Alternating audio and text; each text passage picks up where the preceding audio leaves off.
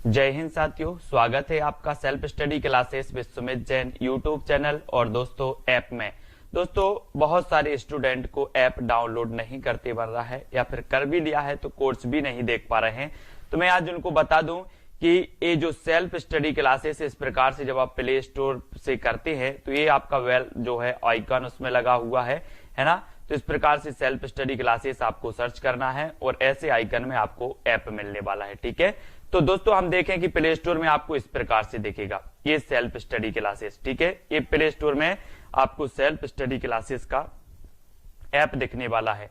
ठीक है, ये इमेज उसमें डली है, ये आइकन, ये लोगो उसमें डला है। ठीक है, अब दोस्तों इसको इंस्टॉल करना है, यहां से आप इंस्टॉल करेंगे। ठीक है, अब इंस्टॉल करेंगे तो वहां पर आपको नंबर मांगेगा, जीमेल नंबर मांगेगा, तो आपको ओटीपी आएगा, तो आप रजिस्टर करके आगे बढ़ेंगे। ठीक, पढ़ने वाले हैं दोस्तों हम हिंदी में। आज हम शब्द विचार के बारे में पढ़ेंगे, है ना।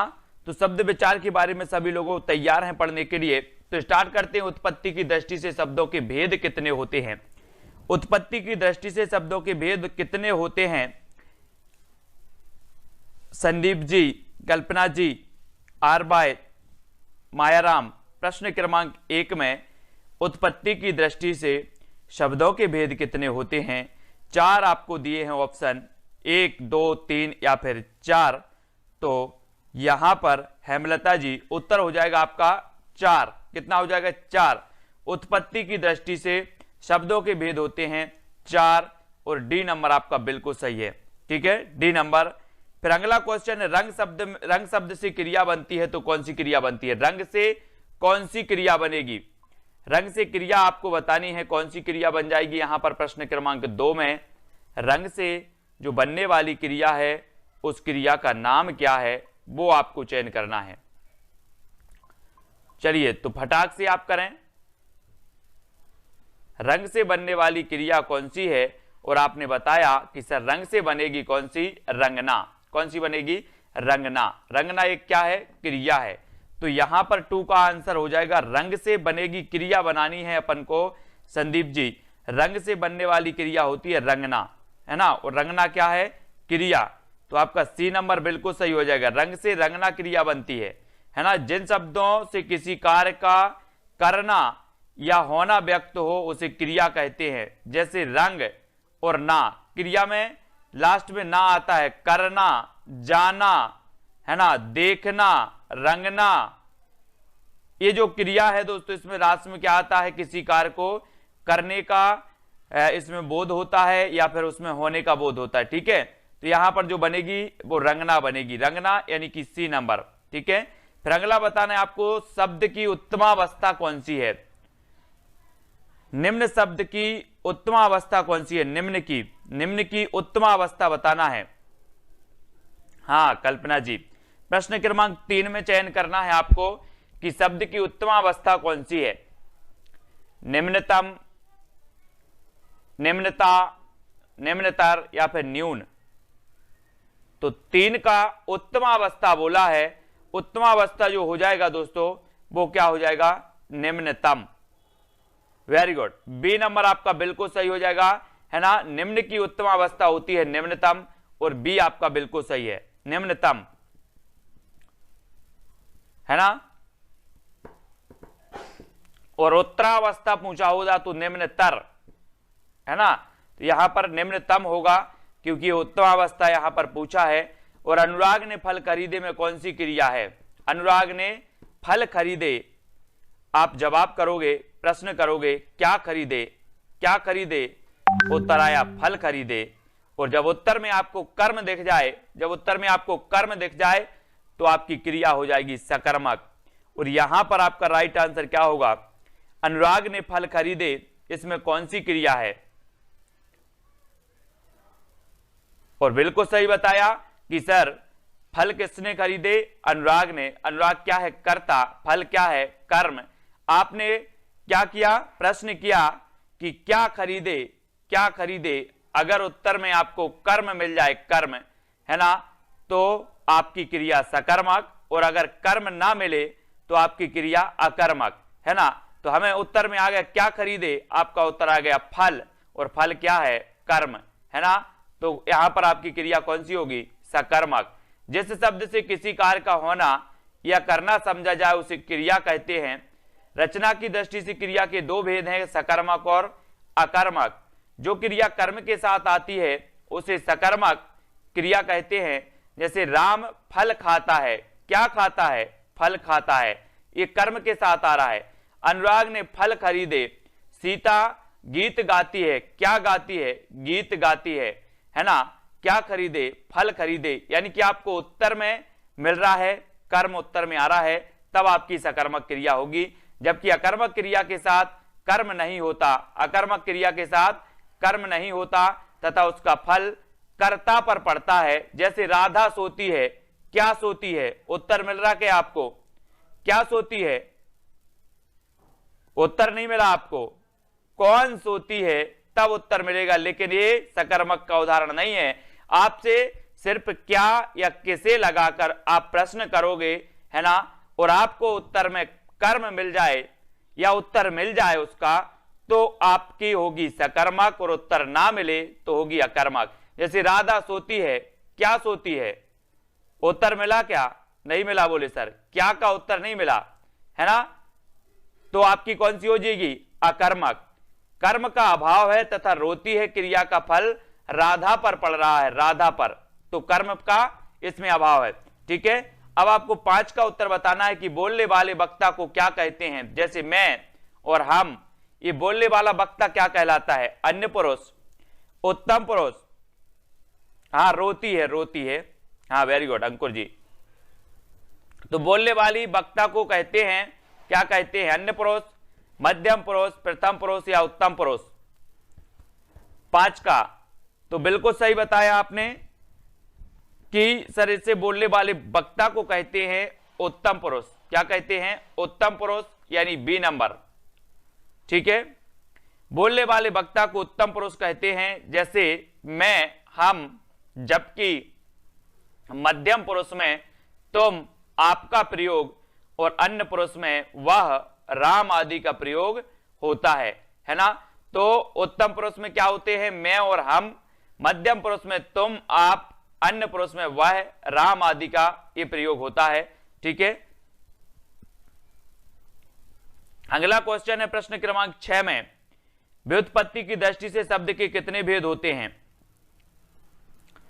व्युत्पत्ति के दृष्टि से बताना है शब्द के कितने भेद होते हैं? 3, 4, 5 या फिर 2। यानी कि प्रश्न क्रमांक 6 का चयन करना है, यहां पर व्युत्पत्ति की दृष्टि से बताना है। माला बैरागी जी, तो कितने होते हैं? 6 का बिल्कुल सही आंसर आया। कौन कौन से होते व्युत्पत्ति की दृष्टि से?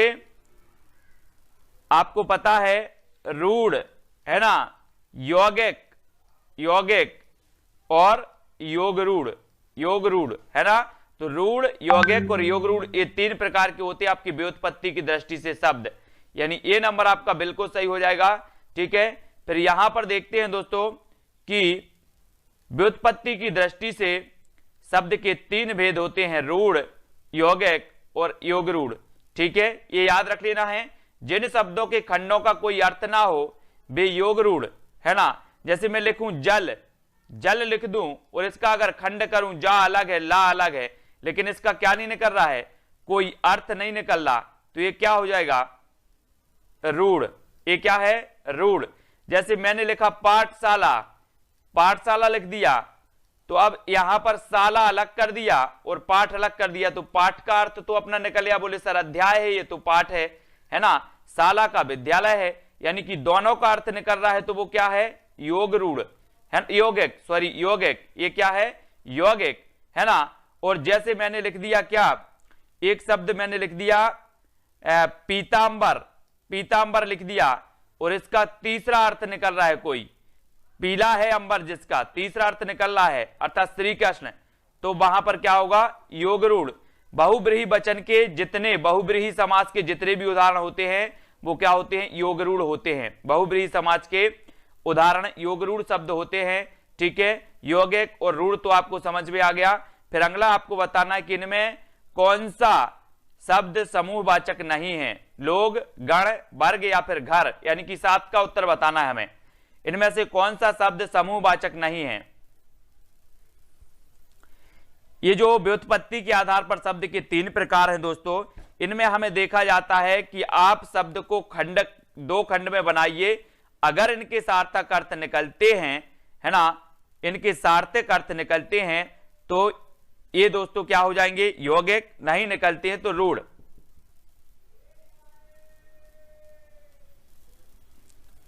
ठीक है, तो इसको याद रखेंगे। इनमें से कौन सा शब्द समूहवाचक नहीं है, तो समूहवाचक नहीं है घर। कौन सा नहीं है, घर। घर समूहवाचक नहीं है, डी नंबर बिल्कुल सही है। जो संज्ञा शब्द किसी समुदाय या समूह का बोध कराते हैं उन्हें समूहवाचक शब्द कहते हैं। इनमें से घर शब्द समूहवाचक नहीं है, अतः यह उत्तर डी उपयुक्त है। ठीक है, फिर अगला क्वेश्चन आपको बताना है कि जो शब्द विशेषण अथवा क्रिया विशेषण की विशेषता बतलाए उसे क्या कहते हैं। 8 का आंसर 8। जो शब्द विशेषण और क्रिया विशेषण की भी विशेषता बता रहा है, क्रिया की विशेषता बताने वाले क्रिया विशेषण और क्रिया और दोस्तों विशेषण की अथवा क्रिया विशेषण की विशेषता जो बतलाएं वो क्या कहलाते हैं। अपन बोलते ना कि क्रिया की विशेषता बताते विशेषण, है ना, और विशेषण और क्रिया विशेषण इन दोनों की विशेषता अगर बतलाए तो वो क्या कहलाएंगे, प्रविशेषण। प्रविशेषण यानी बी नंबर। जो शब्द विशेषण अथवा क्रिया विशेषण की विशेषता बताते हैं उन्हें प्रविशेषण कहते हैं, है ना, प्रविशेषण। फिर अगला क्वेश्चन आपके सामने है प्रश्न क्रमांक 9 में। उमेश यादव जी, यह पुस्तक अभी छपी है, रेखांकन के शब्द क्या है। प्रश्न क्रमांक 9, संज्ञा, सर्वनाम, विशेषण या फिर सार्वनामिक विशेषण। यह पुस्तक अभी छपी है, रेखांकन के शब्द क्या है। तब यहां पर आपका बिल्कुल सही आंसर हो जाएगा, कौन सा हो जाएगा, डी नंबर, सार्वनामिक विशेषण। कौन सा हो जाएगा, सार्वनामिक विशेषण, डी आपका सही हो जाएगा। ठीक है, सार्वनामिक विशेषण, यह पुस्तक अभी छपी है, यह जो है सार्वनामिक विशेषण होगी, डी नंबर। उक्त वाक्य में रेखांकन के शब्द सार्वनामिक विशेषण है जब कोई सर्वनाम शब्द संज्ञा शब्द के पहले आए तथा वह विशेषण शब्द की तरह संज्ञा की विशेषता बताए, उसे सार्वनामिक विशेषण कहते हैं, है ना। कि जैसे यह है, यह सर्वनाम है, पुस्तक क्या है, संज्ञा है, और इस संज्ञा के पहले क्या आ गया, सर्वनाम आ गया, और यह सर्वनाम क्या कर रहा है कि दोस्तों संज्ञा की क्या कर रहा है, विशेषता बता रहा है यहां पर। ठीक है, तो वे क्या कहलाएंगे, सार्वनामिक विशेषण, है ना। तो याद रखो, पेड़ से पत्ते गिरते हैं, रेखांकन के शब्द में कारक भी की विभक्ति पहचानना है हमें।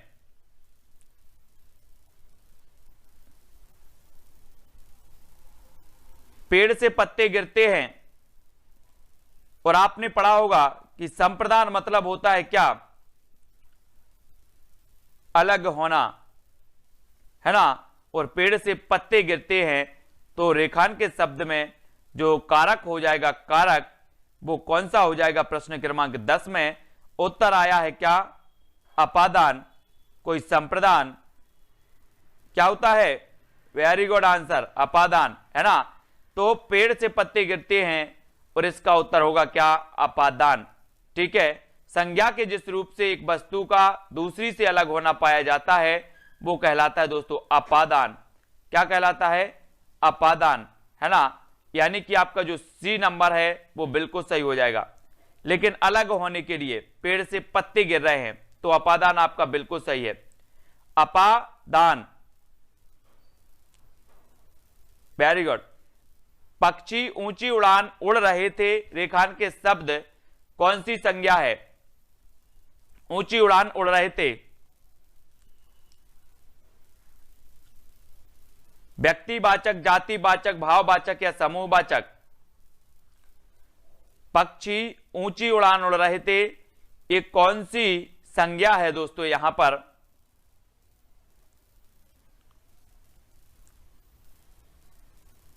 बोले सर व्यक्तिवाचक तो है ही नहीं।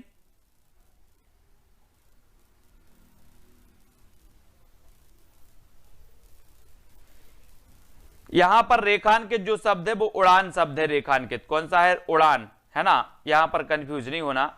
अपादान से जुदाई होता है, वेरी गुड, अपादान से जुदाई होता है, अपदान से। और उड़ान ए है, उड़ान ए रेखांकित है, और उड़ान में हमें बताना था, तो उड़ान में भाववाचक है। कौन सी है?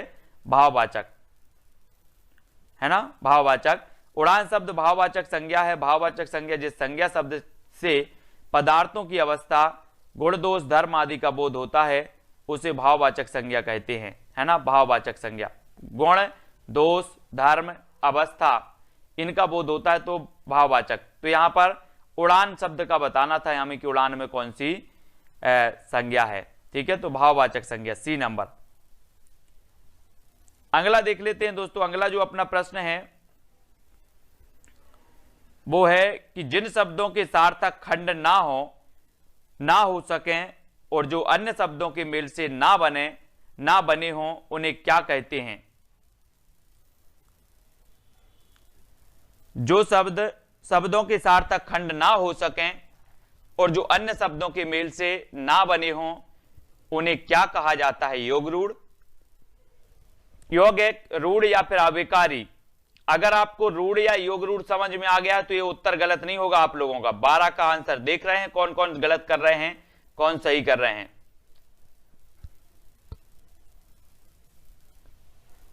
तो विकास जी, प्रश्न क्रमांक 12 में जीएस की क्लास होती है अभी 4 बजे। विक्की जी, जिन शब्दों के सार्थक खंड ना हो सकें और जो अन्य शब्दों के मेल से ना बने हों उन्हें क्या कहते हैं?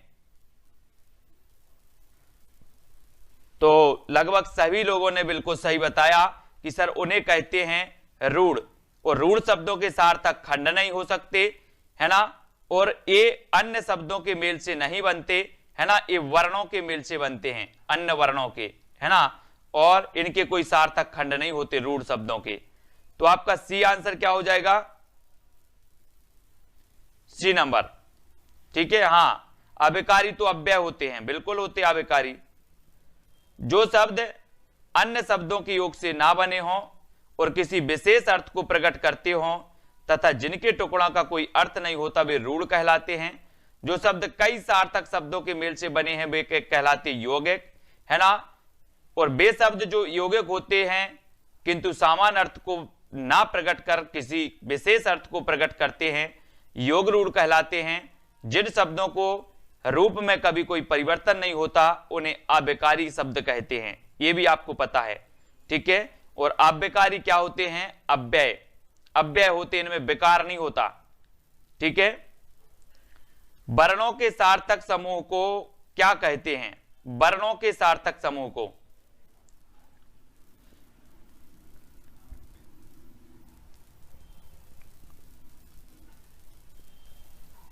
वर्णों के सार्थक समूह को कहते हैं दोस्तों क्या? शब्द। शब्द कहते हैं 13 में बिल्कुल सही है। एक या अधिक वर्णों से बनी हुई स्वतंत्र सार्थक ध्वनि शब्द कहलाती है ना। कल किस प्रकार का शब्द है? कल, कल बताना है दोस्तों। अब ये भी क्वेश्चन गलत नहीं होगा अगर आपको रूढ़ योग रूढ़ समझ में आ गया है। लोकेंद्र जी 14, कल किस प्रकार का शब्द है?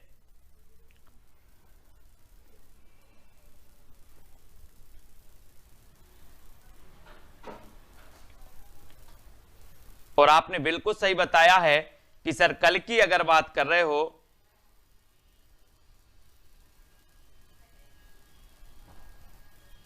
आ जाएगा समझ में आर भाई। कल किस प्रकार का शब्द है? तो कल कैसा है? रूढ़, है ना। रूढ़ यानी कि रुचि पांडे जी 14-13 का बताया आपने, वेरी गुड। हेमलता सिंह जी योग रूढ़ क्यों बोल रहे हैं आप? आर भाई देखो रूढ़ शब्द कौन होते हैं? जैसे मैंने यहां पर लिखा कल, कल लिख दिया, ठीक है। यहां पर मैंने लिख दिया पाठशाला, पाठशाला, ठीक है। और यहां पर मैंने लिख दिया क्या? यहां पर क्या लिख दें? दशानन, दशानन लिख दिया, ठीक है। तो यहां पर देखो कि ये जो कल है अगर इसकी हम खंड कर दें, ऐसे खंड कर दें, ये ला अलग हो गया, का अलग हो गया, तो ला का कुछ अर्थ निकल रहा क्या? बोले सर नहीं निकल रहा। का निकल रहा, नहीं निकल रहा। अगर इनके कोई सार्थक खंड नहीं हो सकते, यानी कि इनके खंड करने पर इनके अर्थ नहीं निकलते, तो ये होते हैं रूढ़। ये क्या होते हैं? रूढ़। अब जैसे पाठशाला है, इसके सार्थक खंड हो सकते हैं, जैसे पाठ एक, इसका एक अर्थ होता है पाठ का, शाला का भी एक अर्थ होता है, यानी कि दोनों के अर्थ निकल रहे, तो ये क्या कहलाते? यौगिक, है ना। दशानन, दशानन में क्या होता है? दशानन में होता है दोस्तों कि इसका एक विशेष अर्थ निकलता है, तीसरा अर्थ निकल रहा है ना। 10 हैं आनन जिसके, अर्थात रावण के, तीसरा अर्थ निकल रहा है। ठीक है, तो इस प्रकार से काल रूढ़ है, पाठशाला यौगिक है, दशानन योग रूढ़ है ना। और योग रूढ़ के जितने उदाहरण होते हैं वो बहुव्रीहि समास के होते हैं। ठीक है, ये भी आपको याद रख लेना। तो अगला क्वेश्चन देखो, कौन सा शब्द विकल्प सूचक है? क्योंकि, लेकिन, अथवा या तथा, विकल्प सूचक शब्द कौन सा है?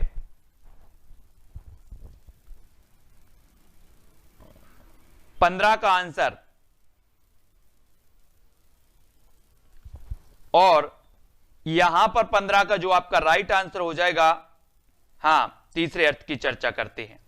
उत्तर हो जाएगा क्या? कौन सा शब्द विकल्प सूचक है? तो विकल्प सूचक जो हो जाएगा वो क्या होगा? अथवा, है ना। हम पहले बोलते थे ना, अपने जब पेपर देने जाते थे कि विज्ञान के चमत्कार निबंध लिखो अथवा गाय का निबंध लिखो, तो इनमें से या तो विज्ञान का लिख लो या फिर गाय का लिख लो, यानी कि ये क्या हो जाएगा? विकल्प सूचक हो जाएगा। कौन? अथवा। तो डी नंबर आपका बिल्कुल सही है। वे शब्द जो वाक्यांशों अथवा वाक्यों में विकल्प प्रकट कर देते हैं उन्हें क्या कहते हैं दोस्तों? विकल्प सूचक कहते हैं। ठीक है, अगला देखो, से विभक्ति है। से विभक्ति काय की विभक्ति है? से, यहां पर से विभक्ति बतानी है किसकी है? अधिकरण कारक की, अपादान कारक की, कर्म कारक की, या उपयुक्त में से किसी की नहीं। से विभक्ति किसकी मानी जाती है?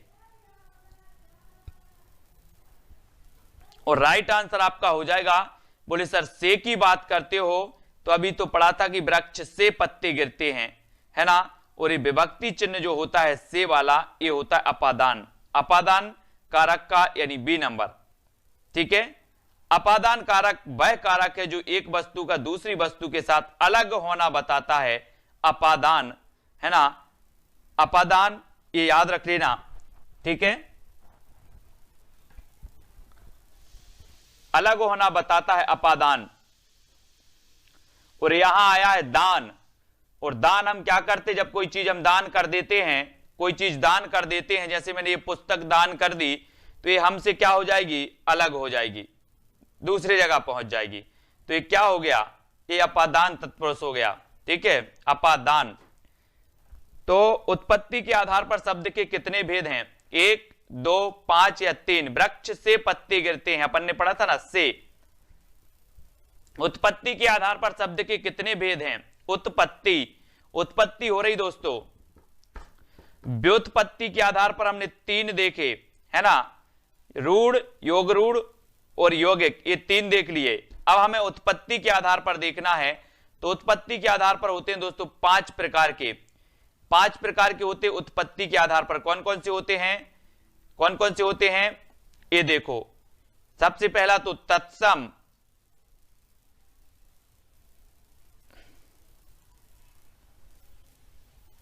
पांच नहीं, पांच भी नहीं है, 4 होते हैं, 4 उत्पत्ति के आधार पर 4। तत्सम, तद्भव, देशज और विदेशी, 4 होते हैं, 4। डी नहीं लगाना इसको। कितने होते हैं अंकुर जी? उत्पत्ति के आधार पर 4, तत्सम, तद्भव, देशज और विदेशी, है ना। हाँ, 4 होते हैं।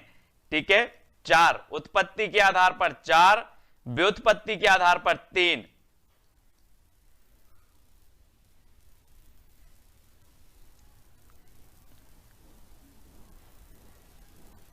सोलह का क्या?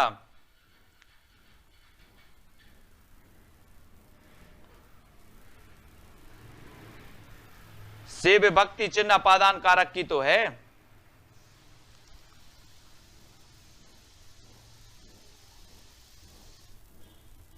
नहीं नहीं, यहां पर संस्कार नहीं, यहां पर यही भी होते हैं, वो संकर नहीं होते, वो नहीं, ये 4 ही होते हैं, तत्सम तद्भव मूल रूप से देशज और विदेशी ये होते हैं। ठीक है, 4 नंबर। अब यहां पर देखो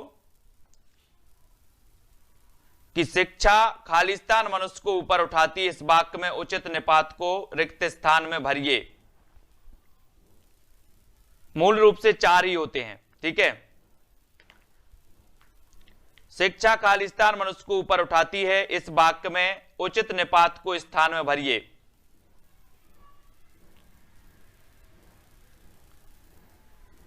संकर शब्द तो होते हैं लेकिन ये मूल रूप से 4 ही माने जाते उत्पत्ति के आधार पर। ठीक है,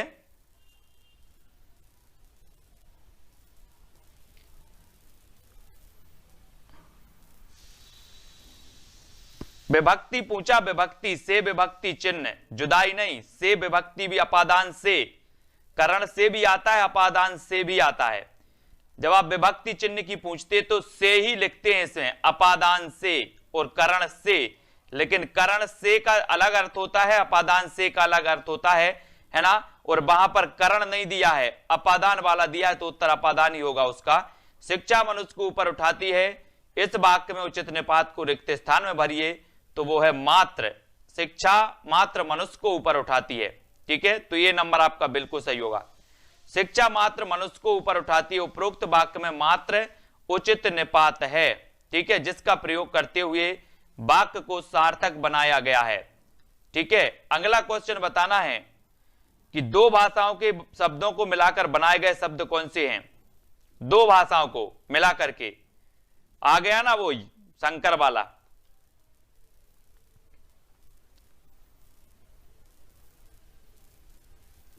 तो 19 का जो आंसर होगा कि 2 भिन्न भाषाओं के शब्दों को मिलाकर बनाए हुए जो शब्द हैं वो संकर हैं। कौन से हैं? संकर, यानी बी नंबर। ठीक है, बी नंबर। वर्ण संकर शब्द ऐसे होते हैं जो पूर्णतः किसी एक भाषा की बोली ना होकर 2 भाषाओं के शब्दों के मेल में निर्मित होते हैं, जैसे हिंदी फारसी के हो गए, चमकदार, मोमबत्ती, इस प्रकार से, है ना। तो ये संकर शब्द होते हैं कुछ जो विभिन्न भाषाओं से मिलकर के बनते हैं। ठीक है,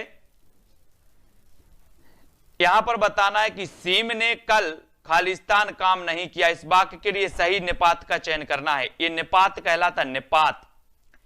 तो कौन सा हो जाएगा?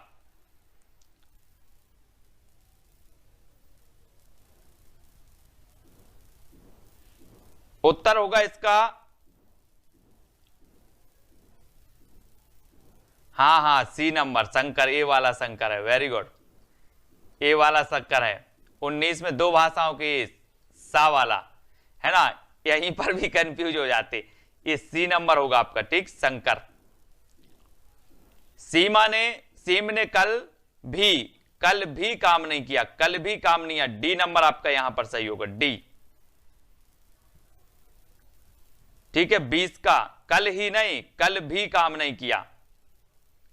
हाँ, ठीक है। निपात ऐसे अव्यय होते हैं जिनका प्रयोग किसी शब्द वाक्य में शब्द पर बल देने के लिए किया जाता है, निपात कहलाते। निपात भी अब पढ़ लेना, शब्द पर बल देने के लिए। कल भी काम नहीं किया उसने, अपन बोलते कल भी काम नहीं किया उसने, है ना। यूं तो निपात का कोई स्वतंत्र अस्तित्व नहीं होता, परंतु जब ये निपात संज्ञा, सर्वनाम, क्रिया और विशेषण के साथ अगर जुड़ जाएं तो वाक्यों को क्या बना देते हैं? प्रभावशाली, गहरा बना देते हैं, है ना। कुछ प्रमुख निपातों के उदाहरण निम्नानुसार हैं। ये निपात कहलाते। निपात पढ़ लेना दोस्तों, कम ही लोगों पर बनते हैं निपात। बोले निपात क्या बलाय आ गई, है ना। ये निपात कौन कौन से? देखो, तक, भी, मात्र, केवल, ही, भर, सी, तो, अतः, तो ये आते हैं, ये निपात कहलाते हैं। अब आपको एक वाक्य दिया जाएगा और आपको पूछा जाएगा कि निम्न में से बताइए इसमें निपात कौन सा है। तो निपात आपको बताना होता है, तो आपको याद रख लेना है कि तक, भी, मात्र, केवल, ही, भर, सी, तो ये निपात कहलाते हैं जो वाक्य को प्रभावशाली बना देते हैं, है ना। बड़ई ने मेज खालिस्तान बनाई है, इस वाक्य में उचित निपात का चयन करना है। तो कैसी बनाई है? ठीक, करीब, लगभग या शायद।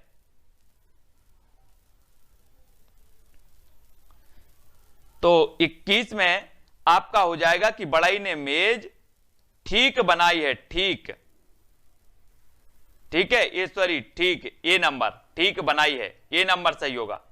ठीक है, निपात वह अव्यय होते हैं जिनका कोई पृथक अस्तित्व नहीं होता, परंतु इनका प्रयोग किसी शब्द पर बल देने के लिए किया जाता है।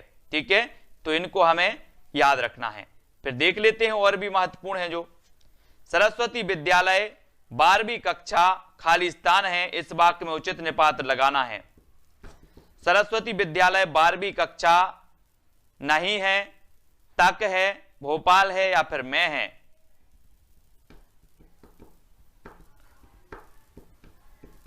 बाईस, सरस्वती विद्यालय 12वीं कक्षा तक है, तक है यानी कि बी नंबर। ठीक है, तक है, तो बी आपका बिल्कुल सही हो जाएगा। फिर यहां पर देखो क्या बात कर रहे हो, मैंने तो सुना खाली स्थान नहीं, इस वाक्य में रिक्त स्थान पर निपात भरना है। मैंने तो सुना ही नहीं, मैंने तो सुना तो नहीं, मैंने सुना सा भी नहीं, मैंने सुना भी नहीं, क्या लगाओगे आप? सुना भी नहीं कि सुना ही नहीं, कौन सा निपात आएगा? दो में कंफ्यूज है।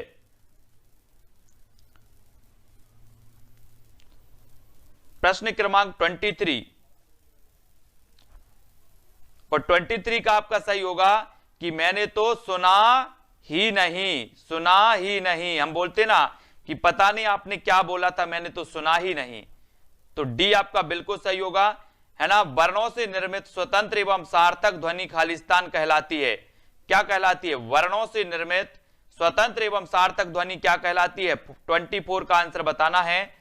और अनुपम जी, संगीता जी, उत्तर आपका सही होगा। बोले सर वर्णों से निर्मित स्वतंत्र तथा सार्थक ध्वनि कहलाती है क्या? शब्द कहलाती है, शब्द, शब्द यानी बी नंबर।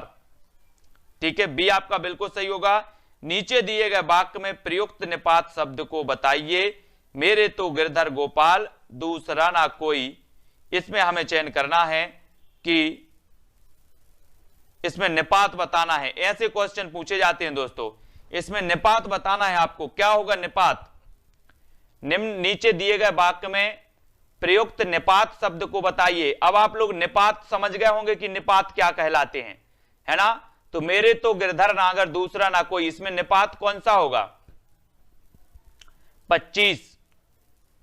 संदीप जी बिल्कुल सही, मतलब आप लोग निपात समझ गए हैं क्या होते निपात, है ना।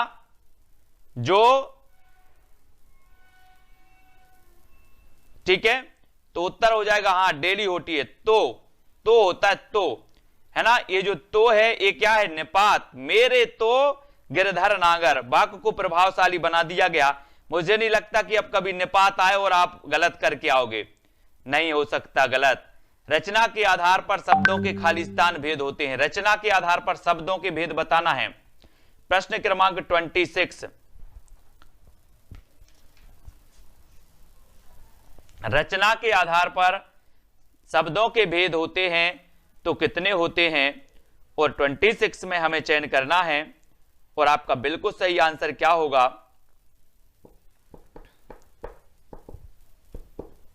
रचना के आधार पर या फिर व्युत्पत्ति के आधार पर। व्युत्पत्ति या रचना के आधार पर आपका ए नंबर बिल्कुल सही हो जाएगा। ए नंबर, रूढ़, यौगिक और योग रूढ़। ठीक है, तो ए आपका बिल्कुल सही है, ए नंबर। ठीक है, ये रचना के आधार पर होते हैं शब्दों के प्रकार, इनको याद रखिएगा। और अगला क्वेश्चन यहां पर बताना है कि एक या एक से अधिक वर्णों से बनी हुई स्वतंत्र सार्थक ध्वनि शब्द कहलाती है। रचना के आधार पर शब्दों के 3 प्रकार होते हैं, रूढ़, यौगिक और योग रूढ़। जो शब्द किन्हीं अन्य शब्दों के योग से बने उन्हें ना बने हो उन्हें रूढ़, जो किसी अन्य शब्दों के योग से बने हो उन्हें यौगिक। ठीक है, जबकि ऐसे शब्द जो यौगिक तो हैं किंतु सामान्य अर्थ को प्रकट ना करते हुए भी किसी विशेष अर्थ को प्रकट करते हैं वे योग रूढ़। ठीक है, इसको आपको चयन करना है। फिर अगला क्वेश्चन है आपका, दादाजी के चित्र को खालिस्तान उतारो। दादाजी के चित्र को खालिस्तान उतारो, इसमें सही निपात बताना है।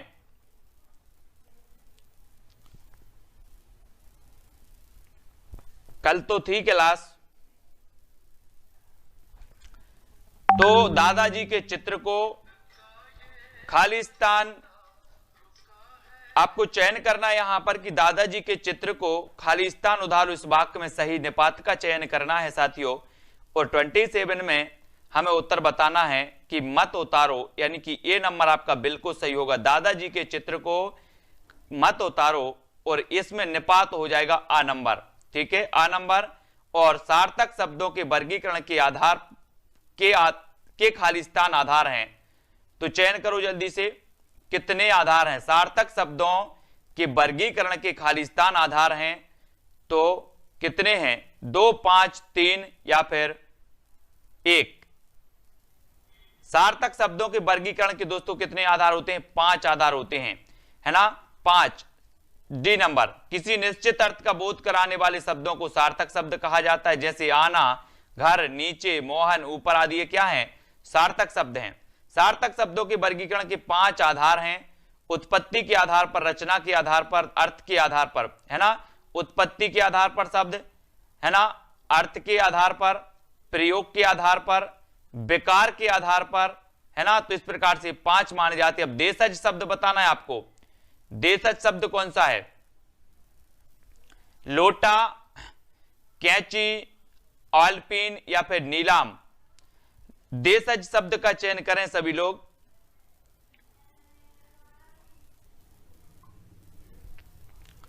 उत्तर आपका बिल्कुल सही होगा, लोटा,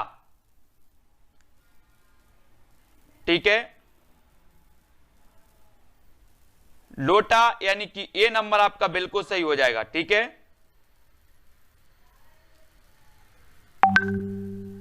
लोटा आपका सही है, ये देशज शब्द है, ये आपका बिल्कुल सही है, ठीक है।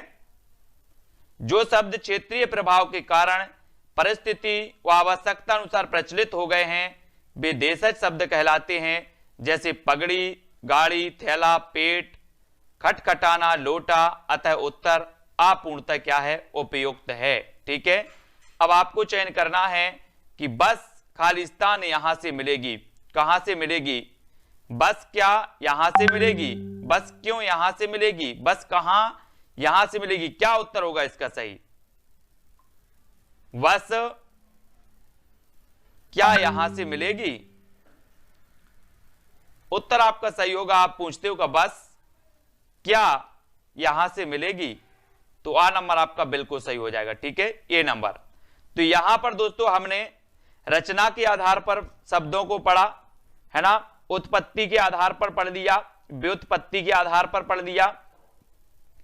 इन सब के आधार पर हमने पढ़ा है शब्दों को कि तत्सम कौन से होते हैं, तद्भव कौन से होते हैं, देशज और विदेशी कौन से होते हैं, रूढ़, योग रूढ़ और यौगिक कौन से होते हैं, ठीक है।